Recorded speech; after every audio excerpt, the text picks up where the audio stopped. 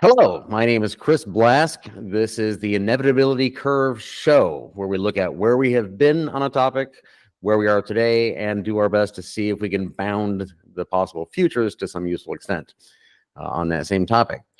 With me today is my good friend Fred Cohen, my good friend Cohen. Hello, Fred. How are you? It's a blast to see you, Chris. It's nice to be malappropriate with you. So That's, it's it's our profession.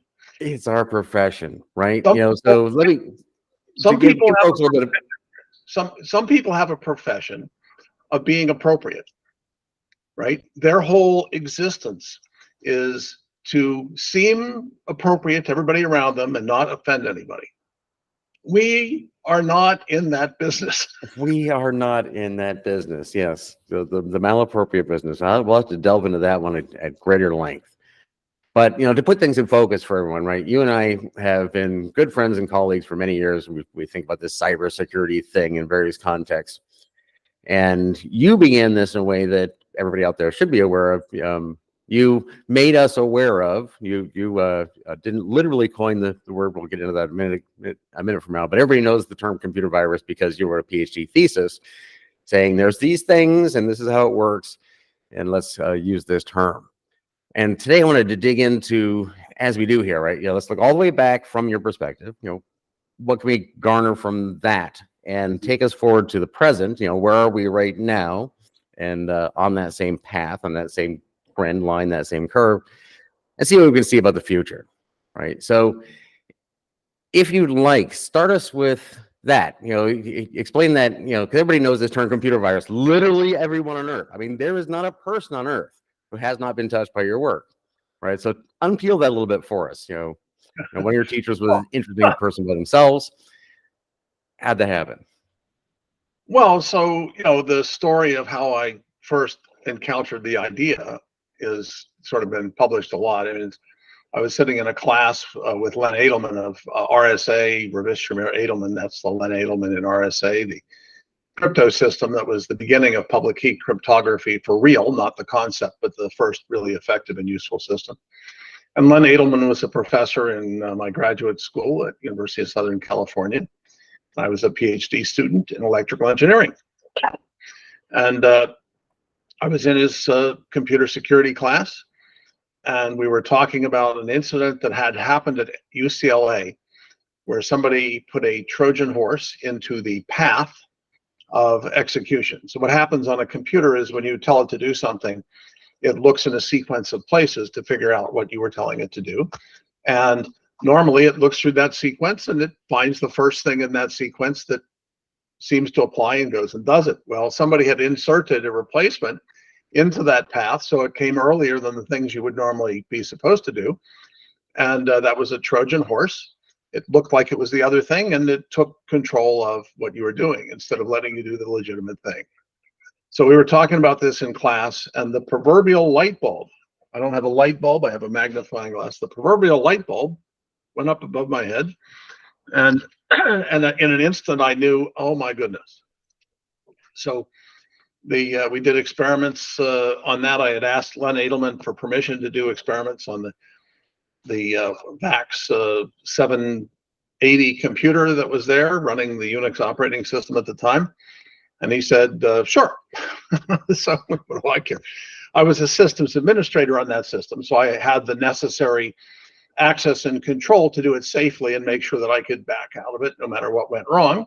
And that being fairly important because, when you do this for the first time, you don't know whether it's going to be a blah or a turned out it was an So wrote this virus that, well, I think it took over the entire computer in less than a minute. I mean, it was very quick. And it did this because people share things. Everybody shares with everybody else. As soon as somebody uses something of yours, you take control of their portion of the system, and then somebody uses something of theirs, you get, and so it's a transitive property. The flow of information goes from place to place, and it turns out it reaches everywhere fairly quickly through indirect means because we're all connected, right?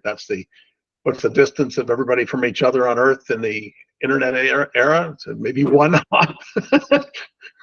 Yeah, they say it's 3 or 4, but it's only 3 or 4 until you make the connection, and then it's 1. So, however many connections you have, I have, 10,000 plus connections here and 10,000 plus connections there. Well, 10,000 times 10,000 is what, 100 million, which means that at 2 steps away, 3 steps away, you're now consuming everybody on Earth. Well, there might be some people not very connected, so they may take another few hops.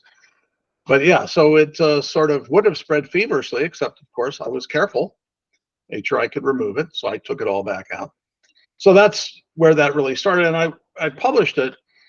And actually, before I had a chance to publish the paper on it, it was the subject of an article. So, Len Edelman knows somebody in the popular media. I think it was Popular Science, something like that, and got in touch with the writer, and they interviewed me, and so it came out. Boy, did it make a splash! So there were all sorts of things that happened, after that. Right, one of them, they're good, exciting, friendly, wonderful things. Oh my goodness, what a good idea! That's interesting. That's fascinating. And I gave talks all over the world for years. And then there's the other part where you have people in the government saying, yeah, you're, I mean, there are so many stories along the way, it's hard to, even list them.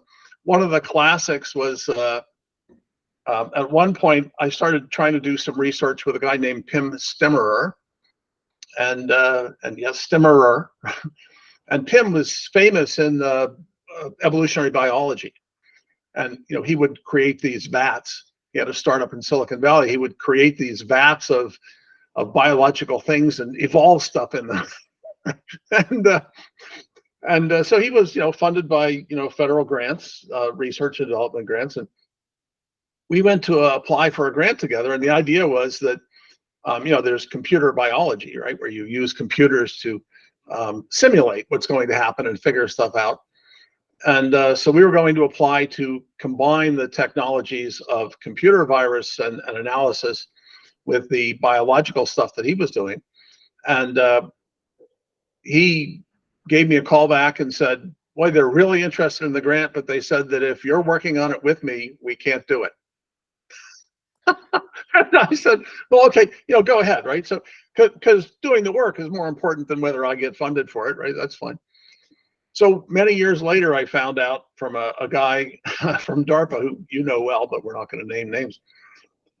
We were having a discussion over lunch. I was working on a DARPA grant, Defense Advanced Research Projects Agency, excuse me, DARPA grant for detecting turning behavior. That is, people changing loyalties. And having this discussion over lunch, and this guy said, oh, you're that Fred Cohen. It turns out that at that meeting, they had some big meeting of the high muckety mucks in Washington, D.C., and they decided that it was not safe for the world, that the world could be brought to an end by me and Pim Stemmerer working together. They decided the risk was too high. Of a high honor all by itself, isn't it? It could have been right.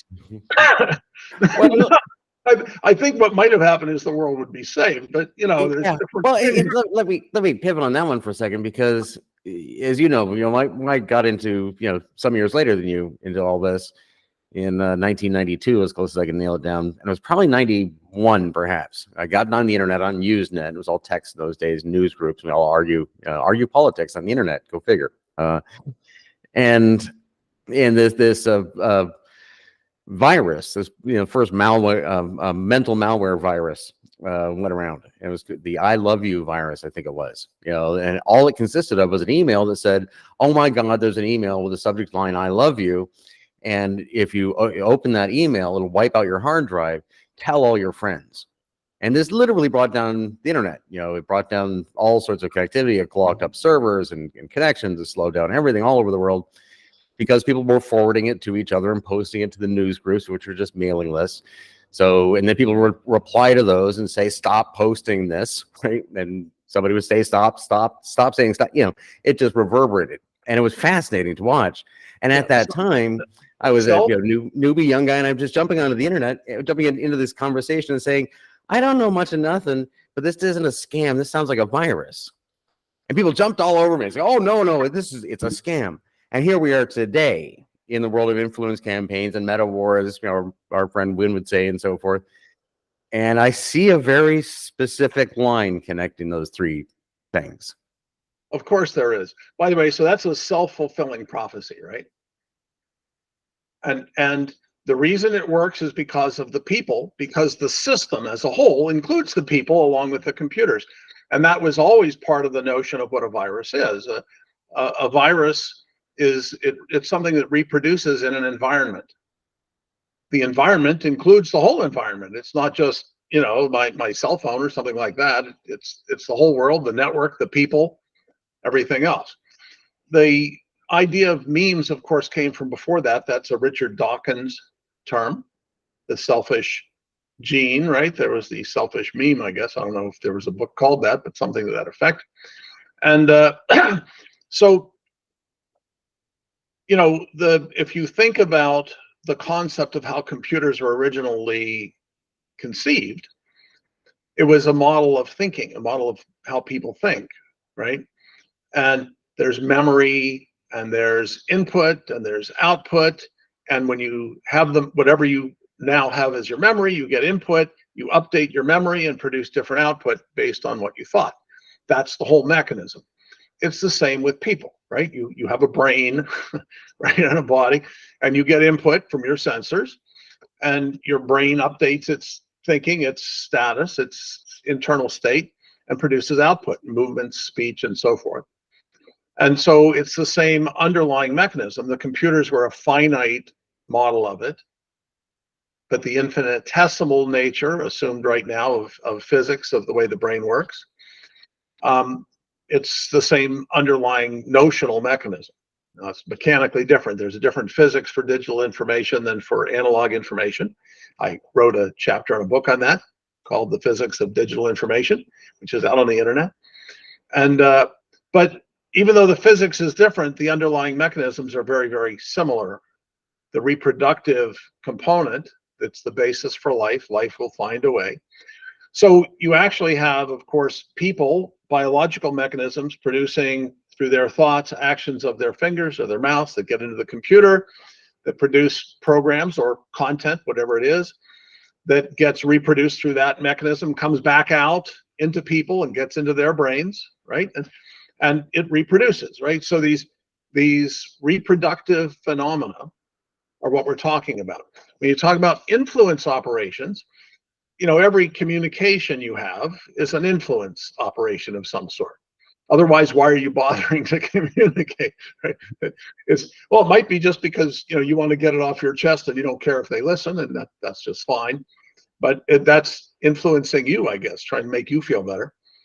But these influence operations that we have between people, when you take it into the internet era, long ago, when the freedom of speech concept was brought to the fore as a fundamental founding principle of a free society, that you should be able to stand literally on a soapbox that puts you a little bit above the crowd and say whatever you want to say in the public square, and other people can hear you, and that creates a marketplace of ideas where people can share ideas. And scientific publication is the same sort of thing, writing books, all this ability to publish things, share your thoughts, get it from in your brain into some form that's commensurable so other people can read it and have their thoughts about it. That communications method that's not real time, right? All of that stuff is part of what emerged since ancient times when we were in small, groups in caves or wherever we were. And now, of course, we have a global community where influence, it gets amplified. Now, there's the natural amplification just because I talk to you. Then there's the natural amplification because I know people and I communicate with them, what you said to me.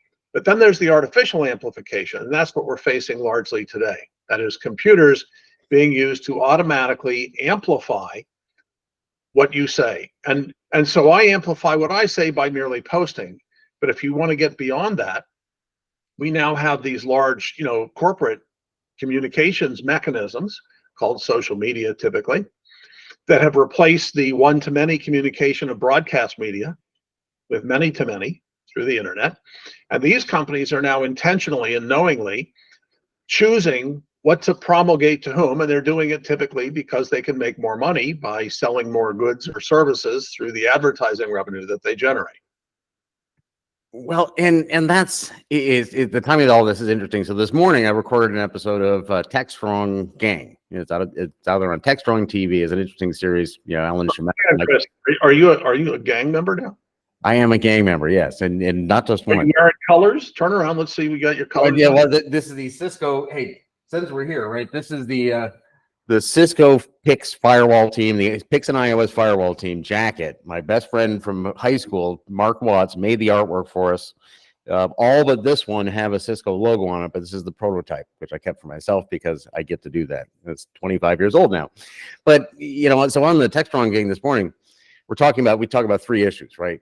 And this, I got a chance to bring up this issue in a context that you'll recognize because you and I did a 25-year national infrastructure plan for a U.S. allied nation state, and we broke it down into three chunks. The first 7 years, 7 to 15 years, and 15 to 25 years. And I had to go back and look now. I haven't had a chance to remind myself to go look today, but I think it was about 5 or 6 years ago, which means we're right up against that 7 year. And among the things that was on that list was information. It was cognitive security. And as I explained it to the folks there at the time, say if within 7 years you're not starting to deal with this, you're not going to be able to keep the lights on. So on the Tech Strong Gang, we're talking about deep fakes. So we are in a world today where if I thought it was interesting enough, like I want to turn off the city for a nation state or a major metropolitan area, that I would take the time to make a deep fake audio of a supervisor at a power plant and play that over a telephone line, a simple telephone call. Oh my God, the city's on fire, turn off all the power. That'll work. You don't need to hack into the infrastructure. You just need to understand where to put your targeted influence information. It might work, right? So you, I don't think you were alive at the time. I probably wasn't alive at the time either when Orson Welles did War of the Worlds. I think I was alive at the time. And War of the Worlds, that people thought that was real. We were being invaded by aliens, right? And that had those effects.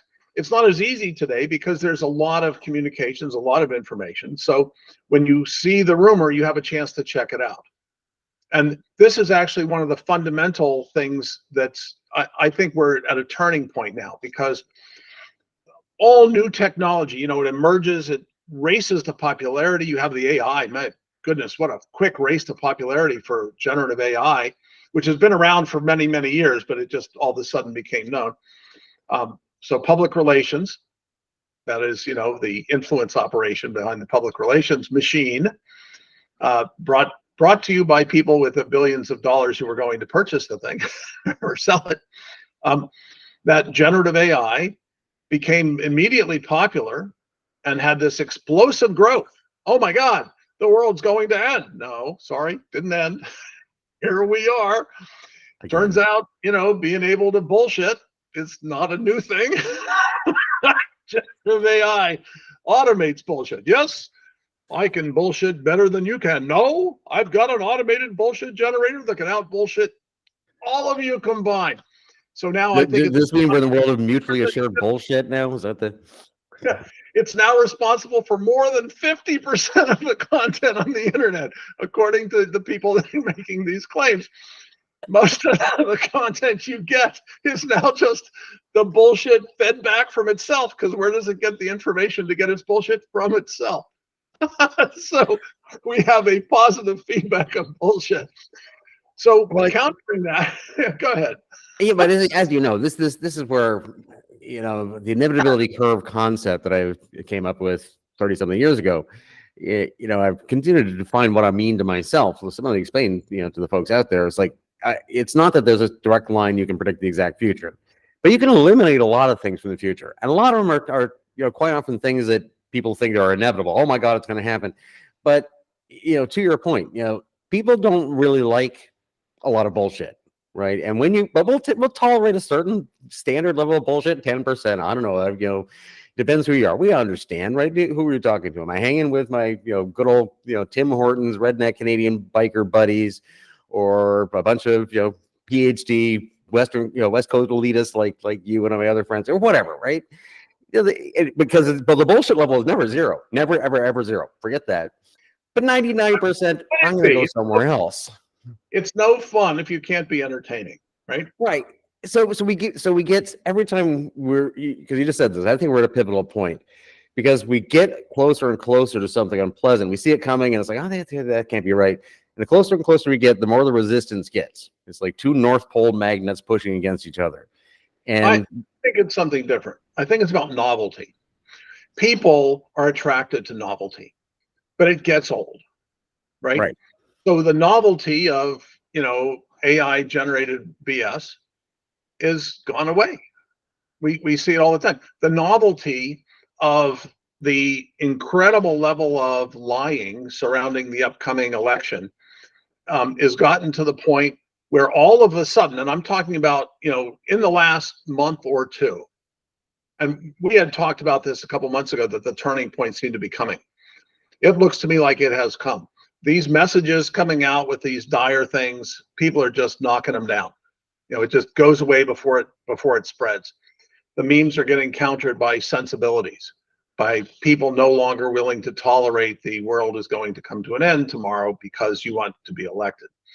All kinds of people too, all sides, however you want to put it. People are just tired of it. Yeah.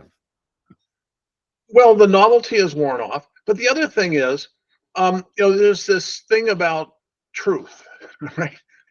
The facts are stubborn things, right? Lies are less stubborn.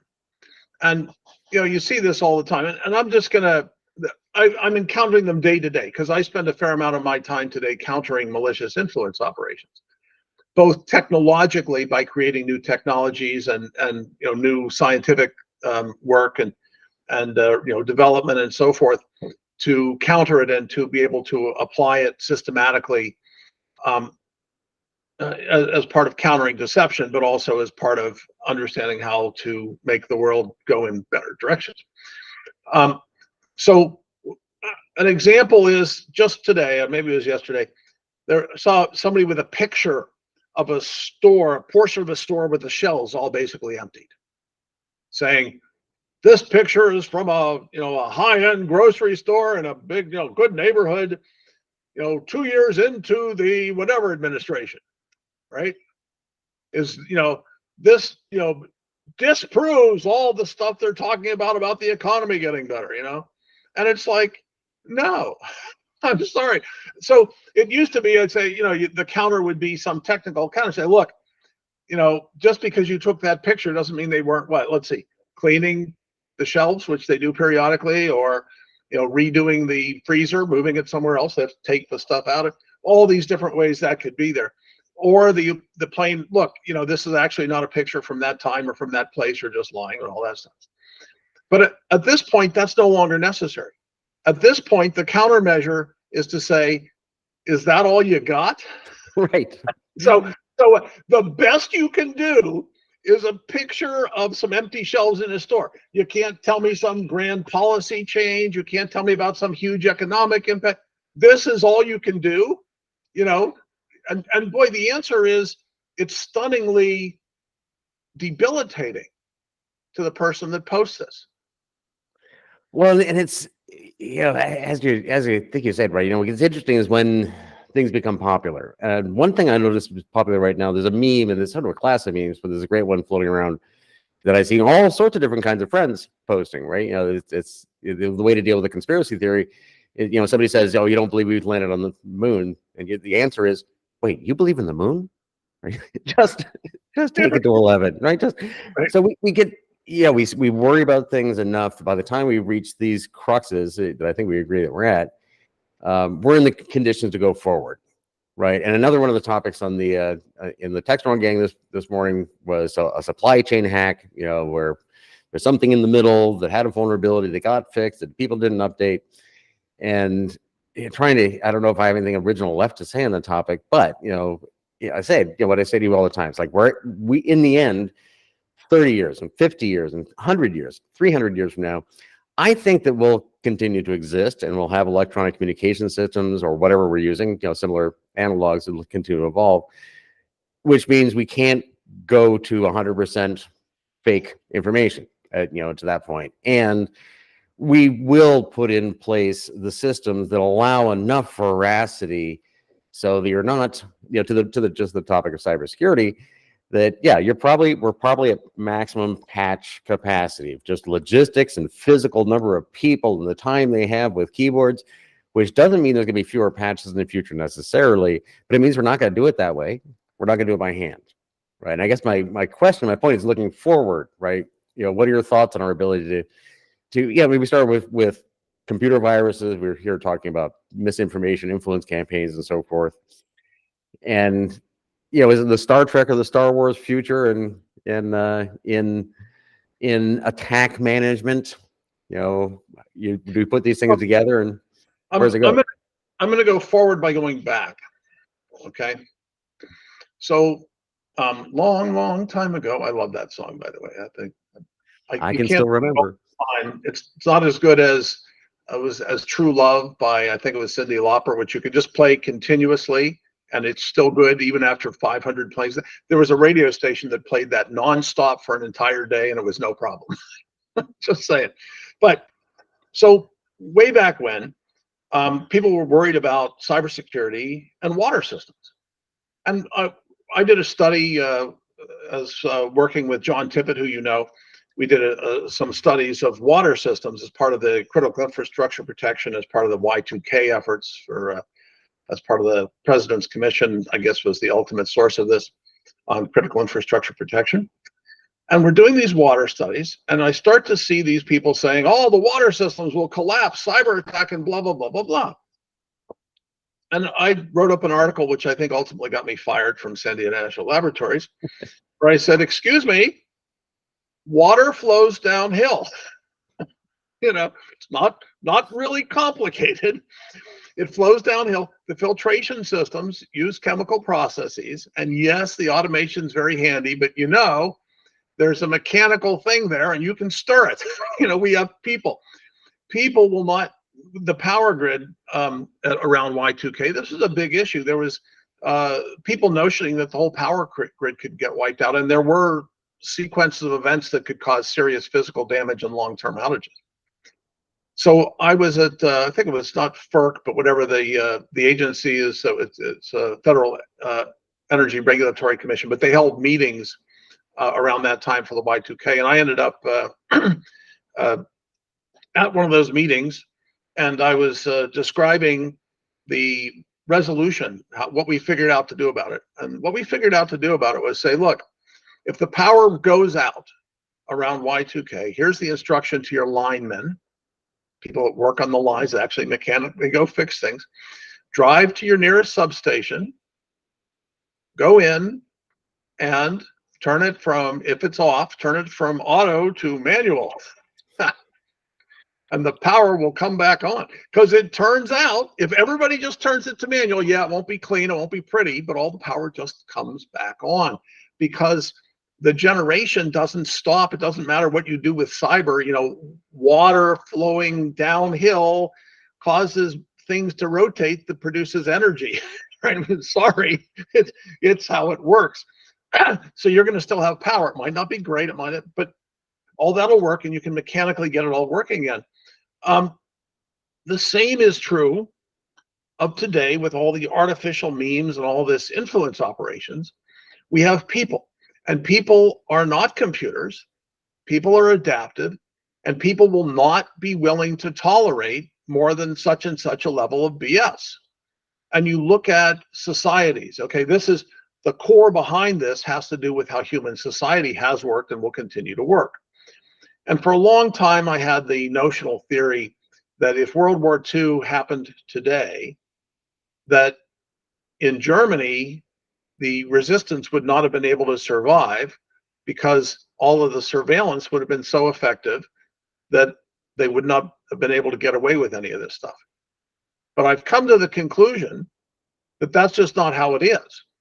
because even today, if you tried to do that, there are enough people out there who run the bloody things who just won't tolerate it. I'm sorry, the camera wasn't working. Why wasn't it working? I don't know. It broke. I think the power went. It looks like something chewed on that cable there. I wonder how that happened. And this goes back. There was a long time ago. The crypto whatever people were attacking one of my websites, trying to deny services against. This is the late 1990s, when the internet was still fairly young for most people, and the web was certainly something most people didn't know about. And they tried to distribute a coordinated attack, and this actually, I wrote a paper on it that was, I think, one of the earliest papers on distributed coordinated attacks, talking about how to counter it. So they had attacked from a variety of places. One of the sources of these attempts to break in, and it was because I had announced a zero tolerance approach to anybody trying to access my sites, and so I was asking for trouble, and I got it, I guess. This is one of the things, what is it? If you hit the bear, what do you think is going to happen? So this guy is, launching from wherever, and I tracked it down, figured out where he's coming from, and called his internet service provider. And I talked to the young lady, and we had a conversation. He said, well, technically, of course, there's nothing I can do about it. But I am planning on going on vacation. And it's a long weekend. It's a 4-day weekend. And so she apparently had contacted him and explained this to him, that she was going on a 4-day weekend, and she noticed that the wire connecting him to the internet seemed to be sticking out from one of the panels, and she was afraid she was going to trip over it on the way out. And she was just wondering if he could stop sending these malicious packets, and if so, she would be especially careful not to trip over his wire. And he stopped. Okay. Right. And so you look into the future, right? And you talk about all the cybernetic systems, right? Because we were talking earlier about people, sensors, actuators, communications, and control. Your brain, your sensors, your senses, your actuators, the things you use to move around, and the control, your brain. The communication is the pathways between them, right? Well, AI, brain, right? Sensors, my phone has cameras and so forth, right? Actuators, it vibrates. We have operational technology that actually makes most stuff run, right? Control, right? So it's all there. It's a cybernetic system. People with all these things are just a larger cybernetic system. Those systems still have people, and those people will not tolerate it. If you look at the arc of societies, right? Will freedom survive, or will we have an autocracy? Well, Russia has an autocracy, and it's having big problems. Which I'm enjoying entirely too much. China, largely an autocracy, and they have a tremendous ability to control a lot of things, but you know what? That's not really that controlled, because the people have their thoughts and they communicate one-on-one. And if you actually go to China and talk to people, they won't talk about the governance issues. They're just not into the politics of it, because there is no real politics, but they live their lives. They do their things. If you oppress them too much, they will fight back. You can only, squeeze so hard, even if the boiling frog analogy, if you slowly boil a frog, it won't jump out because it won't recognize the differential temperature. But I think the people will. Right. So far. Yeah. Yeah, and I can't think of a better note to end it on, because, I agree, right? And I my last personal anecdote on the topic is just my age. I'm 59 years old. I'm the oldest Gen Xer, the youngest boomer. I'm also the youngest of all my young family, school, everything. So and by the the way we work, this generational cycle, more or less, assuming it exists, that by the time I came along, cynicism had become a meme, right? It's like, oh, everything's great, we're all gonna die, the Earth's gonna end 7 ways to Sunday, and it hasn't, right? It's not that it can't happen. It's Sure. that our vigilance is what prevents it from happening. Right. People like having life not be awful, right? And we're smart, and we are on average good and decent. And you and I and our friends, we discuss this all the bloody time. Well, the continued existence of us in the world today, in spite of, you know, the endless forecasts of our demise, is one sign. but you do know that when the aliens came, they found no intelligent life, and that's why they're not here. So we'll have to save that one for another topic. We get Richard Thiem on and discuss that one. Is Well, intelligent? How would we right. know? Not that How would smart. we know? So on that note, though, I want to end this segment and let everybody get on with their days. If you're looking for more of this wisdom, all.net is a fascinating website. If you go in the upper left-hand side and click on the word protections, you will find the Cryptonomicon, in my view, of all security things, and all sorts of wonderful ponderings from Fred. So thanks for stopping by. Enjoy your ride on whichever inevitability curve you're on, and know that it will turn out okay in the end. Thank you. Hi, Chris. Hi.